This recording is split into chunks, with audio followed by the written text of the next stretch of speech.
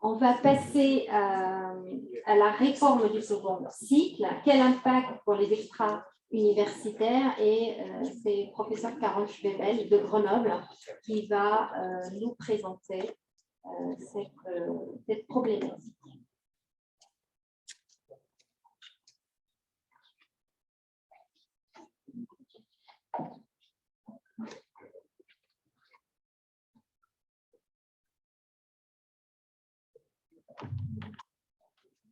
Bien, bonjour à tous.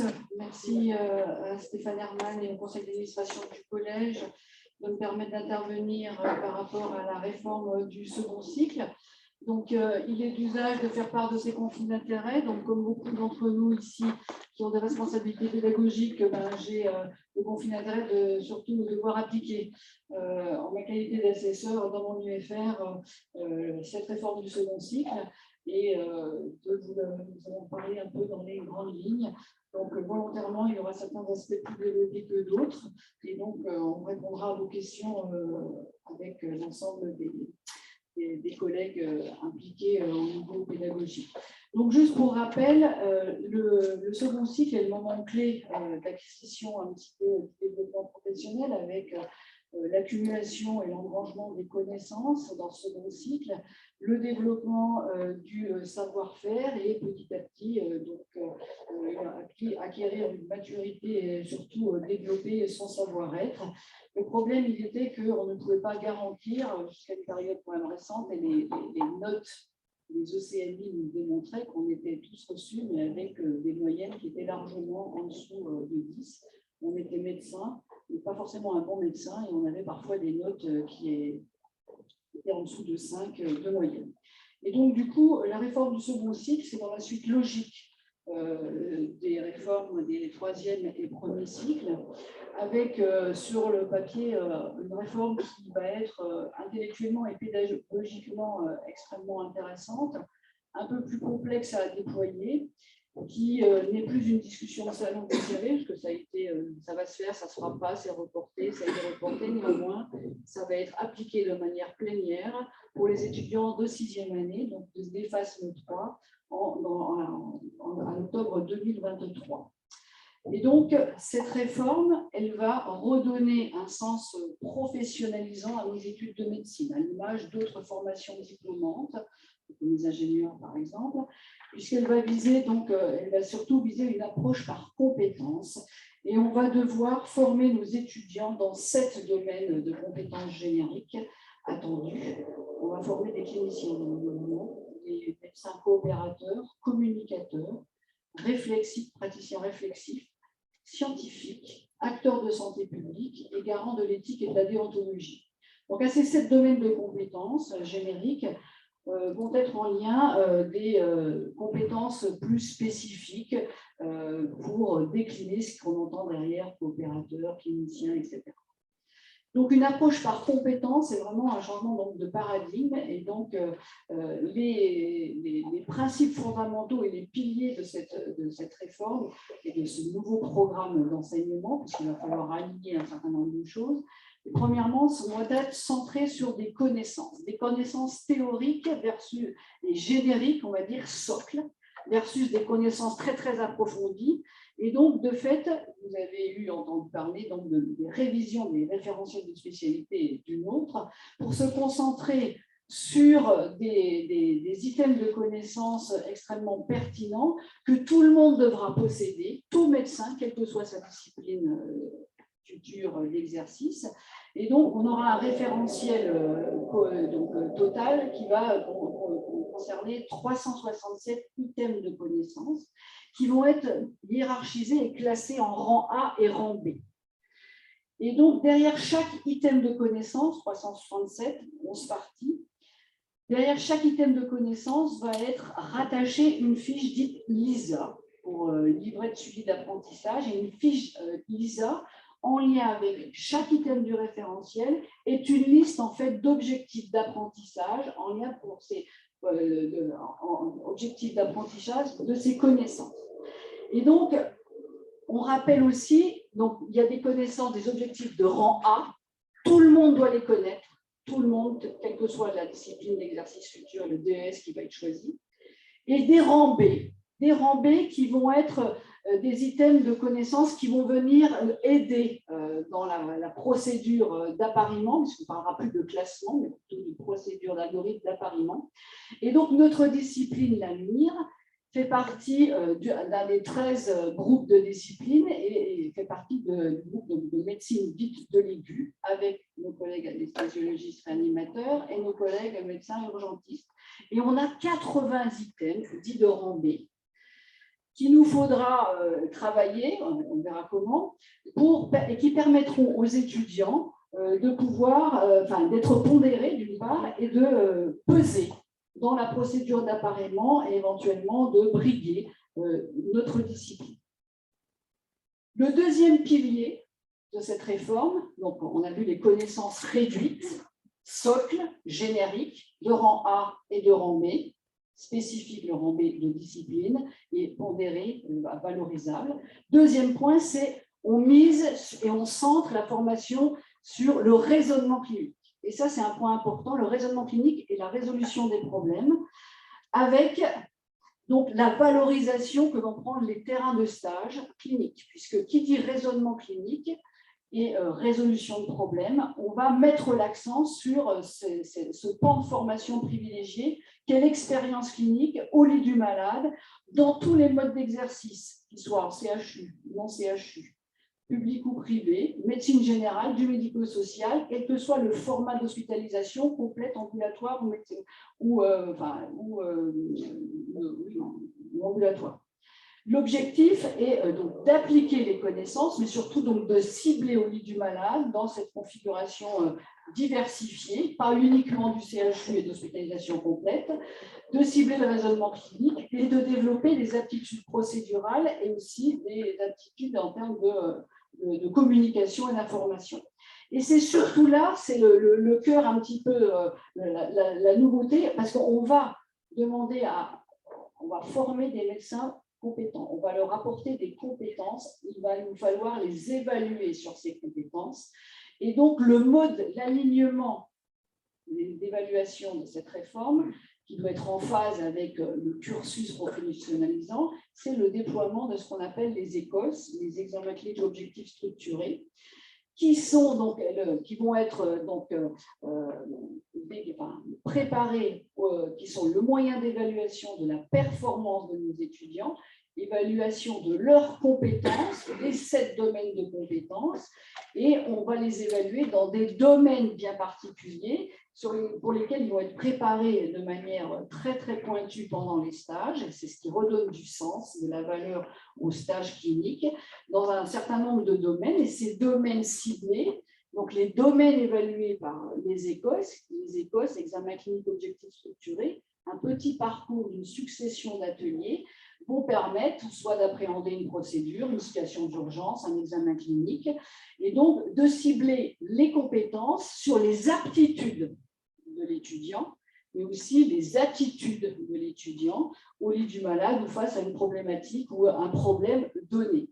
C'est ça un petit peu une des grandes nouveautés et des grands accents. Et donc, dans les stages, l'amorce pour préparer au raisonnement clinique se font à partir des situations cliniques de départ.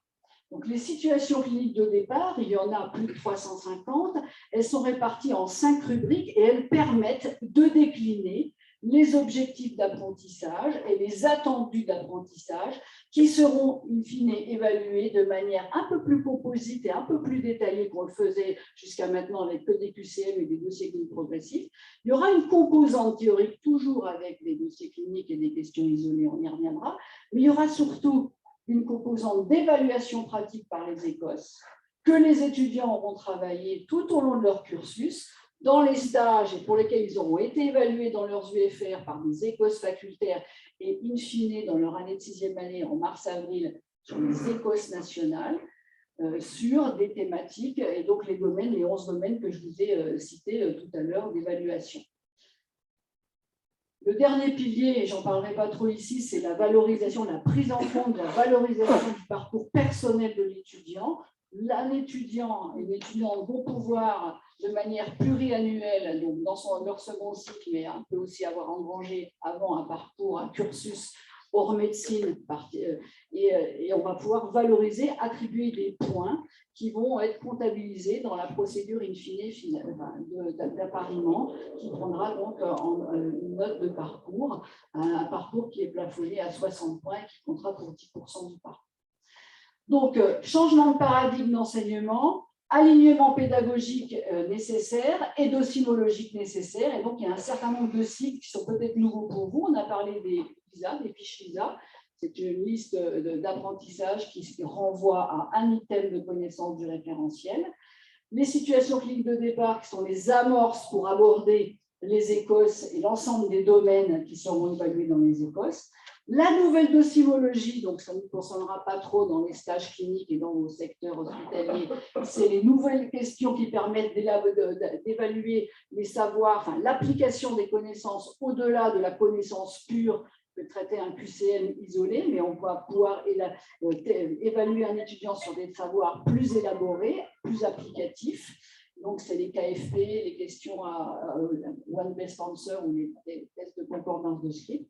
Et puis surtout, l'évaluation finale, ce sont les EDN, les examens dématérialisés nationaux, qui comprennent d'une part une composante théorique avec de la docimologie hybride, KFP, One Best Answer, questions isolées, TCS, dossier clinique progressif, et des écosses, et la note de parcours.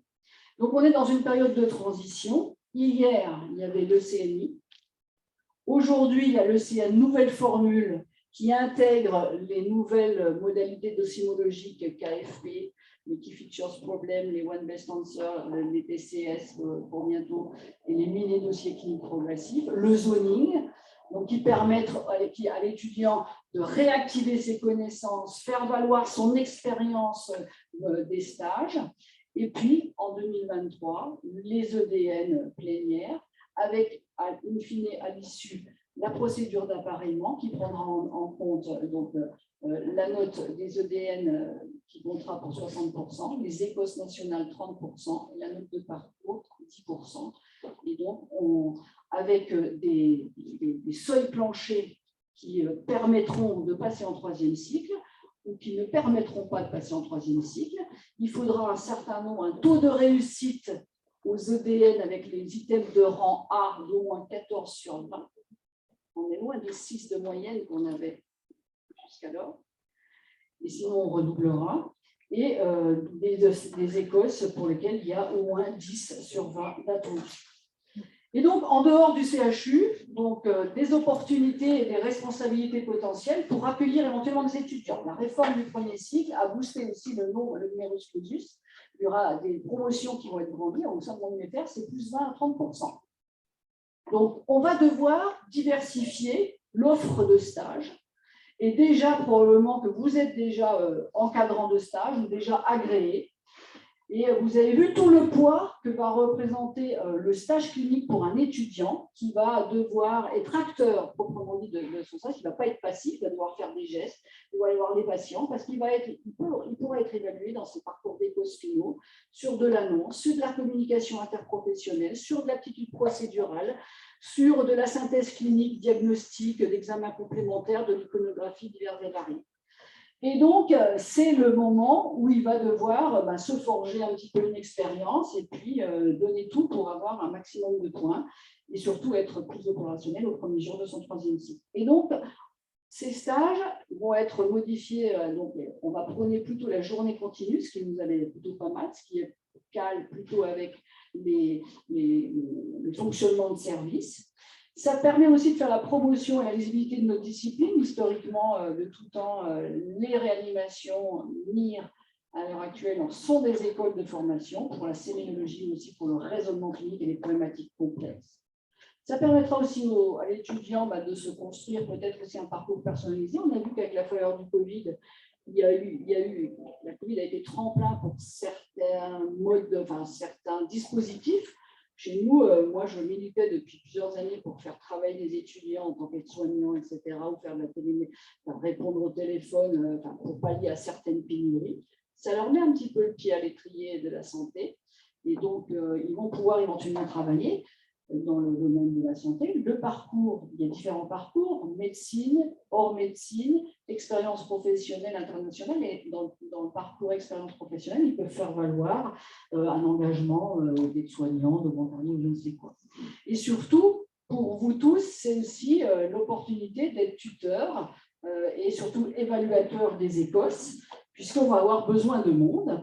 Et donc, être acteur en dehors du CHU, dans le cadre de la réforme du deuxième cycle, c'est de savoir quels sont vos interlocuteurs cibles. C'est votre coordonnateur de discipline locale, donc, qui est le coordonnateur de votre subdivision, parce que c'est lui qui va éventuellement ouvrir et agréer votre service pour terrain de stage et y faire abonder des étudiants hospitaliers. Généralement, quand il y a déjà des internes, c'est plus facile.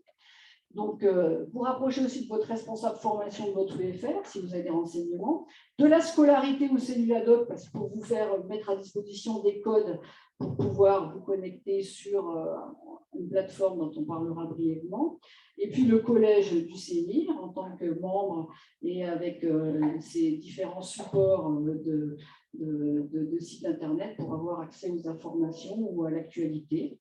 Et surtout, donc, les outils indispensables, c'est l'environnement UNES. Là, c'est l'interface qui est incontournable, où vous allez avoir récupérer les listes des référentiels, la liste des fiches d'IVA, la liste des situations de départ, les domaines, et puis surtout une plateforme qui est aussi une plateforme de formation vous allez pouvoir suivre si vous avez des codes et des identifiants.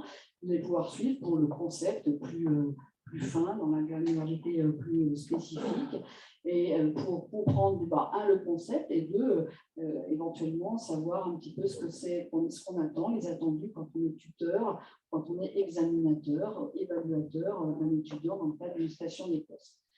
Donc la réforme du second cycle, c'est une réforme qui est ambitieuse, qui est pédagogiquement extrêmement intéressante et qui s'inscrit dans une démarche de professionnalisation de nos étudiants.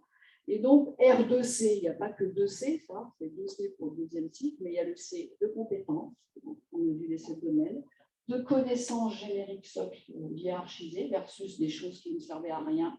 Et donc, il y a des items de rang A et de rang B, on se concentrera là-dessus.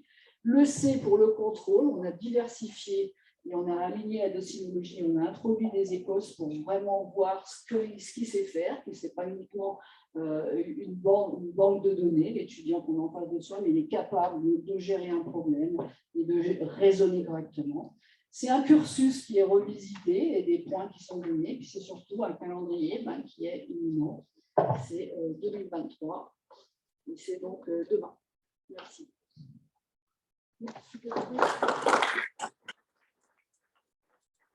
Je pense qu'il y a des questions dans la salle, oui. Et après, oui.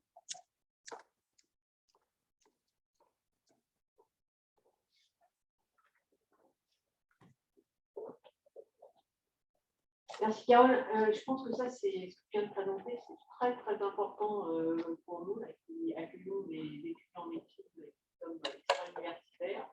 Je dis que c'est une opportunité, moi je n'ai pas bien compris comme ça, je l'ai compris comme étant une obligation, c'est-à-dire qu'il faut que les étudiants soient évalués dans leur stage. Je ne vais pas commencer dans d'autres régions, mais en Île-de-France, particulièrement dans l'université, les étudiants débordent, on ne sait pas où les mettre. J'ai un nombre d'étudiants énorme, c'est totalement impossible de faire de l'évaluation personnalisée toutes les semaines de ces étudiants. Moi, je ne prends pas ça comme une opportunité, mais comme quelque chose de pas forcément réalisable et on n'a pas bien prévu comment on allait faire. Tu as raison, après c'est le Monopoly quand même pour faire un appel et une sensibilisation, et effectivement, je l'ai dit, le nombre croissant d'étudiants qu'on a en première année, à l'issue de la passe, va demander à ce qu'il y ait une diversification de l'offre de terrain de stage. Et c'est probablement déjà décliné. Après, vous n'allez pas être mis dans l'obligation. On ne va pas obliger, on obligera. C'est une opportunité pour peu qu'il y ait quand même un minimum d'encadrement, un minimum d'investissement, un minimum d'information et de compréhension des attendus de la réforme. Mais on est d'accord, hein, c'est juste de la sémantique. Mais c'est le moment, quoi. C'est le moment. Je viens juste suis désolé Fred, parce qu'en fait, à mon avis, et les services MIR le font déjà en fait, et ça va donner un coup de pied aux fesses à un certain nombre de services, mais je ne pense pas tellement les nôtres. Un externe qui présente un dossier le matin d'une entrée de garde, tu lui poses 3 questions, tu viens de faire le travail qui est demandé, qui est nécessaire. Et on ne parle pas de faire un écosse hebdomadaire parce que... Ouais, d'accord, je ne sais pas qui t'a envoyé. Je peux peut-être juste dire que je suis vice-président du conseil scientifique de médecine nommé au MESRI et donc qui participe à ça. Ce n'est pas du tout ça qui est demandé. Mais par contre, tu sais très bien qu'il y a des services qui n'en ont rien à faire des étudiants qui ne leur ont jamais posé une question. Si vous posez 2 questions à un étudiant qui vient de présenter un dossier qui est rentré dans la nuit de garde et que vous le challengez un petit peu sur pourquoi tu réfléchis à ça, et si tu as cette information qui arrive, à quoi tu penses, tu viens de faire le travail. Le message aussi, c'est historiquement, les étudiants hospitaliers restaient sur le CHU. Et il y a quand même parfois, dans certaines disciplines, un frein d'avoir d'une part envoyé déjà les internes hors CHU.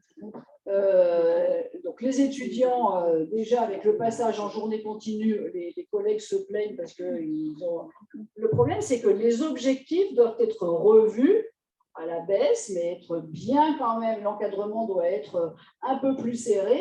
Ils ont des objectifs différents, ils sont plus là pour cocher des cases et remplir des bons et faire des demandes d'examen complémentaires. Ils sont là pour acquérir des compétences dans certains domaines bien ciblés pour être autonomes au premier jour du 3e cycle. Et donc, il faut qu'on mobilise l'ensemble de la communauté. Et si vous êtes là, je pense que vous êtes impliqués aussi dans vos secteurs respectifs et vos services respectifs pour l'enseignement. Et la réanimation, effectivement, ne pose généralement moins de difficultés que les autres disciplines. Merci. Dernière question, très courte, réponse très courte. Juste une remarque, parce que moi je suis un peu étonnée que certains services soient débordés par les externes, alors que nous, on n'en envoie pas beaucoup, alors qu'on est intéressé par les pour les former. Il faut dans ce cas-là, je pense que c'est des choses que Carole a dites, hein, se rapprocher du coordonnateur. Il y a des régions où il y a des coordonnateurs adjoints extra-universitaires.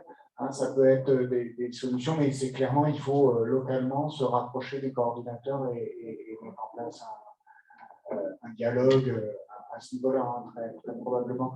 On va enchaîner avec donc Jean Chastre, qui est le président de la commission de qualification ordinale de médecine intensive réanimation de première instance et qui va nous parler de la procédure de qualification ordinale. Merci beaucoup.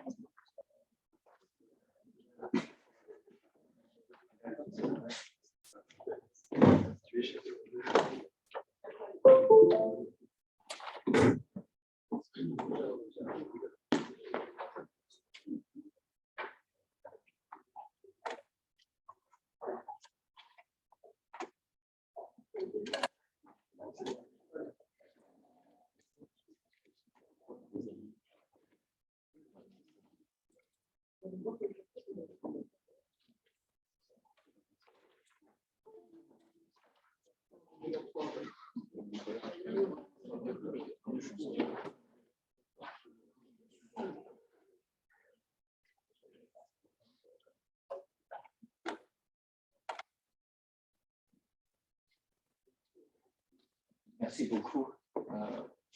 Donc, je suis ravi de votre invitation. Je vais vous présenter un certain nombre de données. Je crois qu'elles sont, oui, pardon, merci. Je crois qu'elles sont importantes pour vous et elles nécessitent sûrement une discussion importante au terme de ma présentation, au moins sur certains aspects.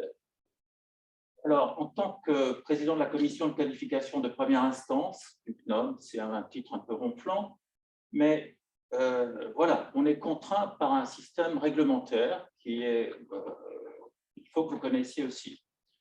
Donc, le premier point, bien sûr, c'est que l'exercice de la réanimation, comme les autres spécialités médicales, dans le secteur public ou dans le secteur privé, eh bien, ça requiert d'être qualifié dans cette spécialité. Et je vous rappelle que c'est une prérogative du Conseil national de l'ordre des médecins, par l'intermédiaire des conseils départementaux, de vous donner cette autorisation d'exercer votre spécialité. Ça relève, donc ça c'était le deuxième point. C'est facile quand vous avez le DES MIR, par exemple, ou le DES de n'importe quelle spécialité. cette qualification est à ce moment-là automatiquement obtenue quand vous vous inscrivez au niveau du Conseil de l'Ordre. Jusqu'à maintenant, quand vous possédiez le desk de type 2, c'était assez compliqué parce que les conseils départementaux ne reconnaissaient pas votre diplôme, d'autant plus que vous ne le mettiez pas en avant, souvent. Et donc, vous étiez obligé de passer dans un processus administratif qu'on peut qualifier de terrifiant. Je pense qu'un certain nombre d'entre vous ont des expériences assez négatives dans ce domaine-là. Alors, on a réussi, à ma connaissance, à rendre ce problème-là derrière nous.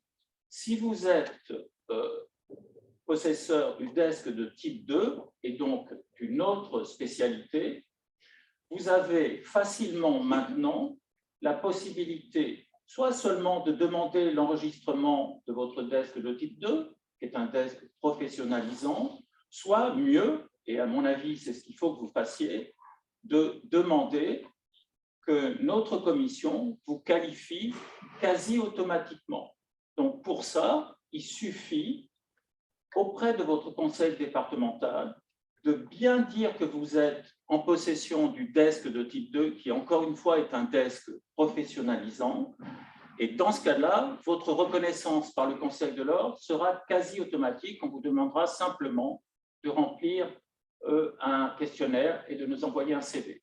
D'accord? Mais vous ne passerez pas dans le processus administratif qui est celui des médecins d'une autre spécialité. Pour le desk de type 1, donc avant 2002, si je ne me trompe pas, pour les gens qui sont en possession de ce diplôme n'est pas professionnalisant. Vous pouvez constater que c'est injuste, quelque part, qu'on ne reconnaisse pas automatiquement, à partir de ce diplôme, et qu'on ne vous délivre pas une autorisation d'exercer la médecine intensive réanimation. Mais ça, on n'y peut rien, on ne peut pas changer ça. Je veux dire, le desk de type 1 est un desk non qualifiant dans notre discipline. Il faut donc que vous fassiez une démarche auprès de nous pour obtenir cette qualification en médecine intensive réanimation. Et c'est extrêmement important. Je vous rappelle que si vous exercez une spécialité et que vous n'êtes pas inscrit au Conseil de l'Ordre avec la reconnaissance pour exercer cette discipline, vous vous mettez en danger sur le plan juridique. Et je vous rappelle que le Conseil de l'Ordre a l'obligation, si un avocat en fait la demande ou une famille, de donner sous quelle qualification vous êtes enregistré au niveau du Conseil national de l'Ordre des médecins. On a mis en place, pour les gens qui sont donc titulaires d'un desk de type 1, en réanimation, c'est ça l'intitulé, on vous permet d'obtenir aussi cette autorisation d'exercer la médecine intensive réanimation de façon un peu plus simple. Quand vous demandez le dossier auprès du conseil départemental, y compris si vous êtes professeur des universités, y compris, vous demandez un dossier simplifié et s'il y a un problème, vous vous retournez contre moi et moi j'essaierai de trouver la solution la plus simple. Encore une fois, on peut utiliser une procédure simplifiée. Je sais qu'un certain nombre de conseils départementaux ont un peu de mal avec ça, pour le reconnaître, mais je veux dire, si vous avez des problèmes, vous me contactez et on mettra en place une procédure qui vous permettra de déposer un dossier auprès de nous, je veux dire, de façon simple, avec juste un CV, là encore, et un questionnaire. Je ne sais pas si vous souhaitez qu'on engage la discussion au fur et à mesure des problèmes ou à la fin de ma présentation. À la fin. D'accord. Alors, le deuxième point de ma présentation aujourd'hui, c'est la connaissance que vous devez avoir que tous les médecins inscrits au tableau du Conseil de l'Ordre, peuvent demander une qualification de spécialiste différente de leur qualification initiale. Donc, c'est un droit réglementaire que nous avons tous et qui nous permet éventuellement d'obtenir une qualification différente de celle qu'on avait au départ. Cette obtention d'une nouvelle qualification, là encore, relève de la compétence de l'Ordre des médecins via les commissions nationales de qualification, et c'est vrai pour les 44 spécialités qui sont enregistrées au niveau du Conseil de l'Ordre des médecins. Il est spécifié dans les textes que pour obtenir une nouvelle qualification de spécialiste, le médecin doit justifier d'une formation et d'une expérience qui, a priori, lui assurent des compétences équivalentes à celles qui sont requises pour l'obtention du diplôme d'études spécialité sollicité. Je parle bien dans ce contexte-là, c'est-à-dire un médecin déjà inscrit au Conseil de l'Ordre qui souhaite simplement changer de spécialité. D'accord?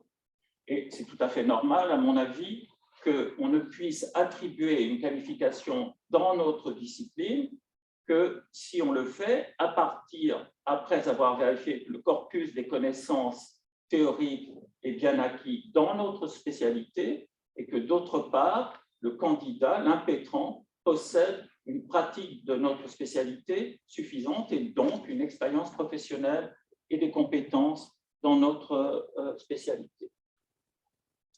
Alors, en ce qui concerne la composition de notre commission, donc elle est inscrite sur la diapositive. Donc, nous sommes 5 membres de cette commission de qualification. Djilali Hannan, qui est le représentant du syndicat national des médecins réanimateurs des hôpitaux publics. Je crois que Djilali était hélas aujourd'hui. Cyril Goulenov, qui représente l'association des réanimateurs du secteur privé. Hervé Houtin et Michel Wolf, qui sont, avec moi, représentants du Conseil national de l'Ordre des médecins. Et puis, on bénéficie de l'aide d'un gestionnaire qui nous aide à organiser notre activité. Alors, le point qu'on discutera peut-être tout à l'heure est quels sont finalement les critères pour obtenir la spécialité médecine intensive réanimation à travers notre commission de qualification de première instance du CNOM. Donc, comme je vous l'ai dit, et c'est le préalable à ce changement de qualification, il faut que le médecin puisse justifier d'une formation et d'une expérience qui lui assure des compétences équivalentes à celles requises pour l'obtention du DES. Alors, dans notre discipline, et depuis longtemps en fait, ces critères sont ceux qui sont indiqués sur la diapositive. On demande d'abord, et cela va de soi, un exercice professionnel exclusif ou au moins très majoritaire dans un service de réanimation depuis au moins 2 ans. Ce critère est bien sûr incontournable. Le deuxième critère, c'est que l'impétrant ait réalisé un stage en responsabilité d'environ 1 an ou d'au moins 1 an, mais on peut rediscuter de ce point-là, dans un service de réanimation universitaire comportant un enseignant de la 4802 du CNU. Le but pour nous n'est pas d'établir une hiérarchie entre les services universitaires et les services extra-universitaires.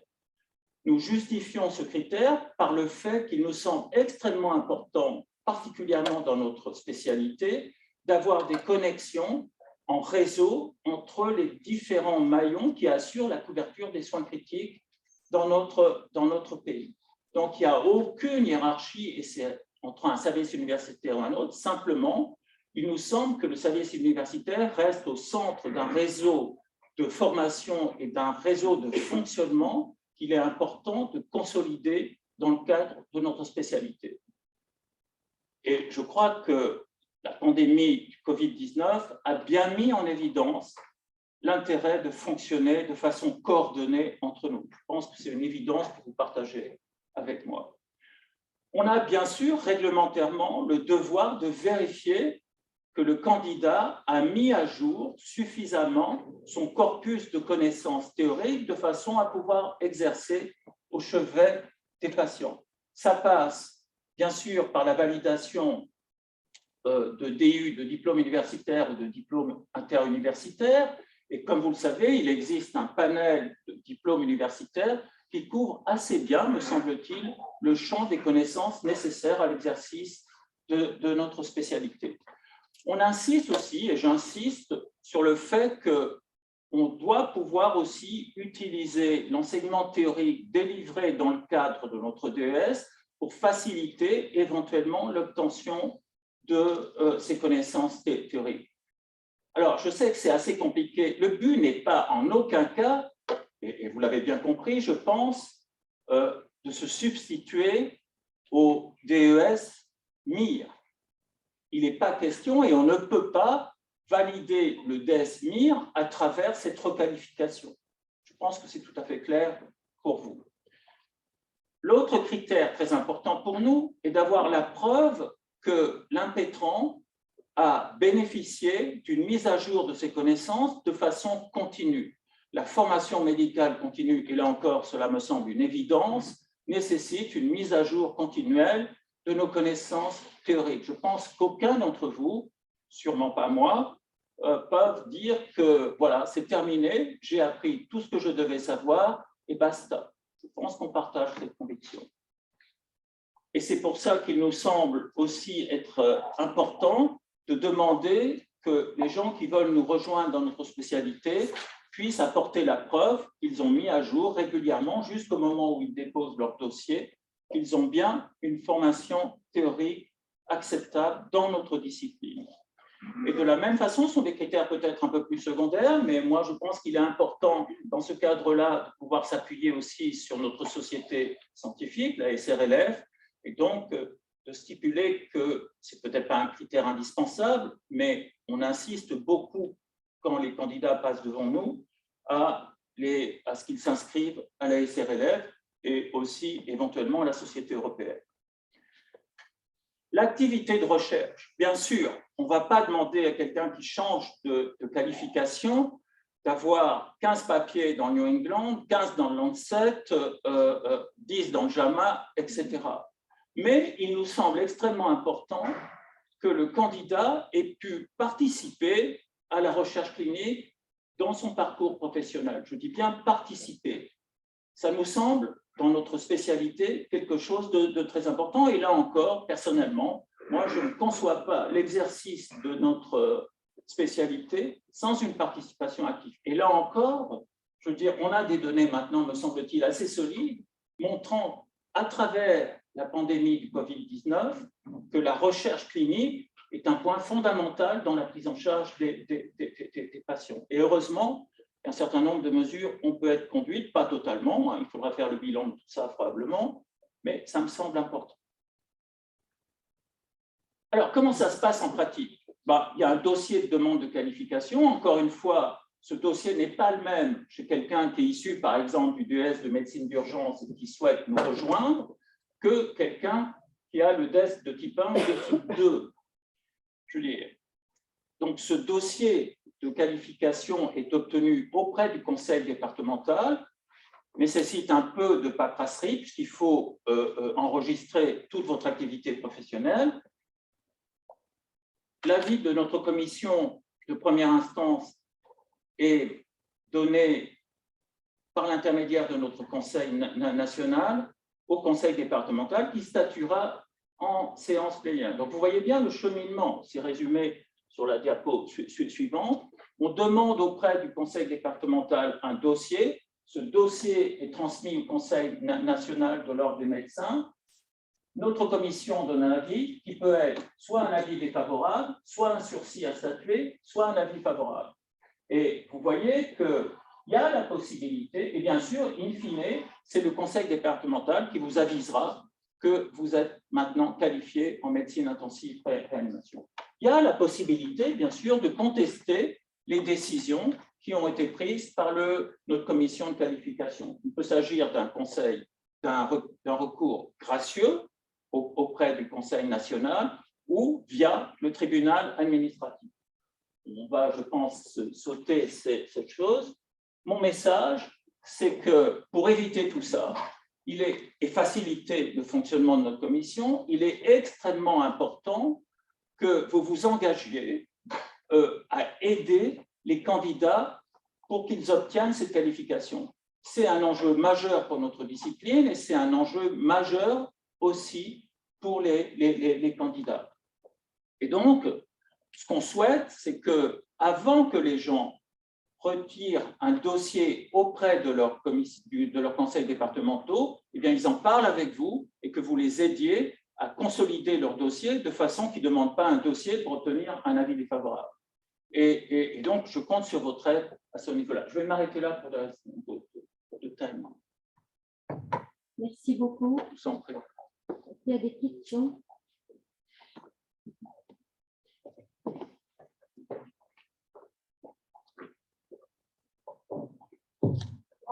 D'accord, on nous demande d'aider les candidats pour obtenir leur dossier, mais il faut que nous aussi, déjà que l'on soit convaincus que le mérite, déjà, ça c'est un point problématique. Et puis une deuxième question là, parce qu'on n'a pas parlé de ceux qui passent le VC, l'épreuve de vérification de connaissances par rapport à leur constitution. C'est une problématique qu'on peut aborder si vous le souhaitez. Quel est le problème des candidats à la reconnaissance de leur exercice professionnel dans notre discipline et qui ont au départ un diplôme hors Union européenne? C'est le problème des PADOU, qui est la gestion du stock, comme on dit, ou du flux à travers les EVC. Je veux bien qu'on aborde ce problème, si vous voulez, parce que c'est un problème très compliqué. Je veux dire, il y a effectivement un constat qu'on fait tous, c'est qu'un certain nombre de nos collègues, dans leur service, ont du mal à constituer une équipe de médecins suffisante pour assurer leur mission de soins. Quelle est l'importance de ces difficultés-là?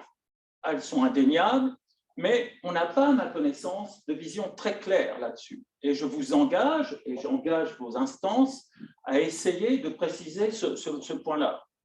C'est quelque chose que moi je vérifie systématiquement, mais à travers Google, ça me semble être un élément un peu comment dire, oui, peut-être pas suffisant pour ça. Mais la situation est très différente suivant les subdivisions, suivant les endroits, et donc, voilà. Donc, dans le problème de la processus dérogatoire d'autorisation des médecins à diplôme hors Union européenne, il y a un processus qui est en cours de régularisation et qui nécessite, c'est un parcours très compliqué, je peux vous le montrer sur une diapositive si vous ne le connaissez pas, mais qui nécessite, in fine, à ce que notre commission, qui fait partie du processus, donne un avis sur le candidat. Cet avis peut être favorable, cet avis peut être un sursis à statuer, ou ça peut être ce qu'on appelle un PCC, un parcours de consolidation des connaissances. Ce parcours de consolidation, nous, on donne notre avis sur ce qu'il devrait être, mais il est décidé par le CNG, bien sûr. C'est le CNG qui pilote totalement ce processus d'autorisation d'exercice de certaines spécialités. D'accord? Et ce PCC est plus ou moins compliqué. Il comporte en règle générale, premièrement et indiscutablement, c'est nécessaire, une inscription dans une UFR, et deuxièmement, un stage dans un service agréé par notre discipline. Pas forcément un service universitaire, mais dans un service agréé, et donc qui reçoit des internes, pour être peut-être schématique. Et là encore, éventuellement, des suggestions pour que le candidat augmente ses connaissances théoriques. Ce n'est pas nous qui sommes décisionnaires, c'est le CNG qui pilote totalement, jusqu'in fine, le processus. Juste à titre informatif, les candidats qui ont réussi le EVC, il y a ceux qui étaient affectés dans des services non agréés. Oui, alors, je veux dire, on sait tous qu'un certain nombre d'anomalies. Le problème des EVC est différent, encore une fois, puisque c'est ce qu'on appelle la gestion du flux des médecins. Ce langage, moi, me sent un peu par les oreilles, mais voilà, il y a la gestion du flux à travers l'évaluation des connaissances, les épreuves de validation des connaissances, et il y a la procédure dérogatoire. Qui est compliqué avec des critères d'évaluation qui sont probablement peut-être problématiques. Merci beaucoup. Je pense je vous propose, pour des raisons de temps, qu'on abrège un petit peu. On peut continuer la discussion en dehors de la salle. On va faire 5 minutes de pause pour ne pas prendre trop de retard. Un grand merci. Je crois que le message principal, c'est de mettre un visage sur la commission et de ne pas hésiter à se rapprocher de la commission pour toute question qui relèvent de ces sujets-là. Vraiment un grand merci. Et donc, on fait 5 minutes de pause. Donc, on reprend à 22.